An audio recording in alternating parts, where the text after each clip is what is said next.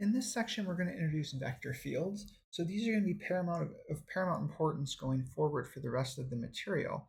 So recall, when we introduced vectors, we said what we were going to want to do eventually was do calculus with vectors and functions with vectors. And so vector fields are going to be our first step in that. They're basically what we're going to be working with for the rest of the semester, is they're functions that input points and output vectors. So we can see here to the left is a picture of a vector field. And you've probably seen pictures like this before. Think of like wind speed on a weather report or something like that. But maybe not in mathematics. We don't know exactly what they mean, just that this was kind of the direction and speed of the wind, say, in a weather report. Let's go ahead and look at what they mean formally. So what we're going to do for the first type of vector field we're going to look at is just a vector field in the plane. So this is going to input a point xy, and it's going to output a vector in the plane. So recall when we did parametric equations, we had a vector valued function there where we inputted a number and we outputted a vector. Here we're inputting a point and outputting a vector. So this is just, we can think of this as a vector valued function of two variables. Now we input two variables instead of one. So it's just a direct generalization of what we did with our parametric equation. So for example, if we take the vector field f of xy equals xi plus yj, if I plug in the point 1, 2, I just get the vector I plus 2j. So nothing that complicated about that. And as I've said, they've shown up in many applications. They, for example, a force, for wind speed, things like that. So we'll see lots of applications of vector fields as we go on, but you've definitely seen them before. So what we're going to do for the rest of this time is we're going to work through several examples. Let's start with that vector field we just saw, xi plus yj. So if we plug in a couple points here, 1, 1, say, is I plus j. If I plug in 1, 1/2, I get I plus 1/2 j. And you could plug in more points if you wanted to get different vectors. The point is we'd like to view these things geometrically and kind of get back towards that picture we had on the title slide. So the way we do this is if I take a point xy and I get the vector out of that f of xy, I take that vector and I plot it by starting it at the point xy. And we're going to try to get enough of these graphed so we have a representative sample so we can tell what's happening with the vector field, what it looks like. So for example, if I just graph those two examples, the picture here got cut off a little, but we can see this is the vector field at the point 1, 1. So if I go 1 in the x direction and 1 in the j direction, then I draw the vector that goes 1 in the I direction and 1 in the j direction. And similarly, this one starts at the point 1, 1/2 and goes 1 in the I direction, 1/2 in the j direction. And this is good, but we'd have to graph a lot more vectors to get a real good sense of what this vector field is doing. And we'll do some examples of that in class because it is important to see how you could do this by hand if you absolutely had to. But what actually works better is having a computer graph enough vectors for us so we can really tell what's going on. So obviously there's a vector at every single point in the plane. So the computer can't graph every single vector, but it graphs enough of them to give a representative sample so we can get a good idea of what's going on with the vector field. So for example, this is what this vector field looks like. So we see there's nothing at the origin because our vector field would be 0 there. But then we can see all of these other vectors. Like if I went to the 1, 1 point, so 1, 1's like right here, this vector here would be I plus j.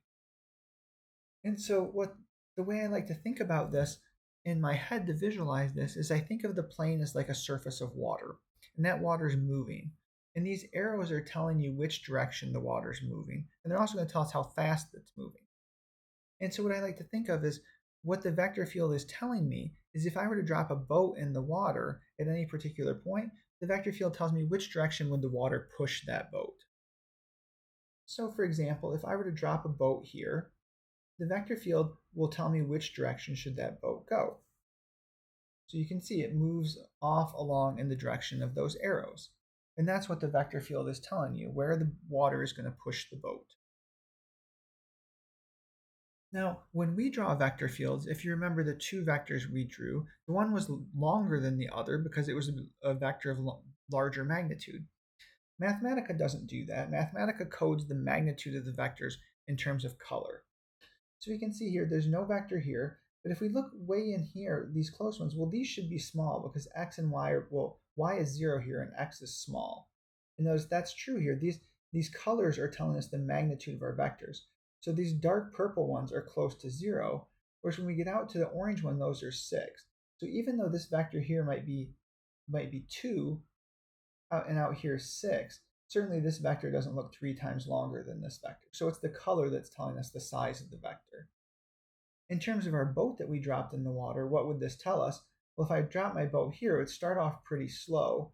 And then as it went along this path, it would get faster and faster because the magnitude of the movement of the water is getting greater. So the boat would speed up as it went out. Let's go ahead and try some more examples. So this vector field here is of just f of xy equals 2i. This is a constant vector field. So it doesn't matter what the value xy is, the vector field is always 2i. So it just looks something like this. It's a pretty boring vector field. It's just moving everything to the right at a constant speed. So if we were to drop our boat here in this, it would just get pushed to the right at a constant speed, and it would just keep going. A little bit more interesting vector field is if we take f of xy equals xi. So notice there's no y component in this, so the y value doesn't matter at all. All that matters is the x value. And we can see that here. So if we take x equals 0, this just outputs the 0 vector, and we can see that here. If we go along this vertical line here where x is equal to 0, there's no vectors because those are the 0 vectors. Now if we go to the right here where x is positive, this will be a positive number times I, so we'll go in the positive I direction. And as x gets bigger, the arrows get larger in magnitude. Now if I go to the left of the x equals 0 line, x is less than 0, so this is going to point in the negative I direction, so that will go in this direction, and it will go faster and faster as you get for x to get more and more negative. So in this case, let's look at two different boats. We have one to the right of the x equals 0 line, and one to the left of the x equals 0 line. So we can see that boat to the right goes off to the right because it's getting pushed in that direction, and the boat to the left pushes off towards the left as it's getting pushed in that direction. And if we were to drop one precisely in the middle, it wouldn't move at all. But it's pretty hard to drop something precisely on the x equals 0 line. So it's usually going to fall on one side or the other and move one direction or the other. Okay, so let's try this vector field. So this vector field is actually a rotational vector field. So we can see, for instance, if I take y to be equal to 0, so I go along this line here, if I look at positive x values, it's going in the negative y direction, negative j direction. If I were to go over here, it'd be going in the positive j direction. Similarly, if I took x equals 0, y is going in the positive I direction and negative I direction in this case. This is just like a vector field that's a rotational vector field that's swirling around the origin. So here, if I drop a boat anywhere here, it should just circle around. So it should just go around in a circle. It's pushed around and comes back to where it started at. So this is just rotational. It doesn't spread out at all. This one's a little bit harder one to graph by hand. This would take a lot of arrows to really see what's going on. So it's good to have Mathematica for this one, because this vector field looks like this. So you can see not only is it's kind of rotating, it's starting to rotate, but it's also spreading out as it rotates. So it's doing some rotation and some spreading out. So if we put a boat here, we can see it's going to go away from the origin, but it's also going to kind of rotate around some as well. And it would keep rotating as it went around further and further.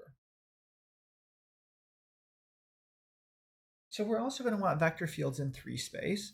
So you can imagine how we'll define these pretty much the same way. We just have an input of a point in 3 space, and we output a vector in 3 space. Now, as we've seen with everything in 3 space, it's much harder to graph things in 3 space. And in this case, even if we use a computer to graph the vector field, it's not so easy to see what's going on in all cases. So let's just start with one of the easier vector fields. So this just looks exactly like the vector field we started with, where it just spread out from the origin, except for now we have a z component as well. And we see we have the same thing here. It's just spreading out away from the origin in every direction, and the further from the origin you get, the larger the spread out is. One more, and we'll look at some of these in class. One of the nice things about Mathematica here is you can actually grab a hold of this picture in Mathematica and rotate it around to see it from different angles, which is really helpful for understanding what the vector field is doing in 3 space. So if we look at this vector field, the first two components of it is a rotational vector field, and the last component of it is just a positive z direction. So if we look at this, we can kind of, it's, as I said, this is one that's kind of hard to see even with the picture. You can kind of see the vectors are kind of rotating around, but they're also spreading out. So if we're positive z direction, they're rotating, but the positive z is making them go up as well. So this is kind of above the z equals 0 plane, it's rotating around and going up. Below, it's rotating around and going down. And so that's what that vector field would be doing. And here's just another picture of it from above so we can kind of see the rotation that wasn't so easy to see from the other direction. Okay, so that's it for now. We'll see how to graph these in Mathematica as well so you can play around with vector fields on your own and picturing them as well.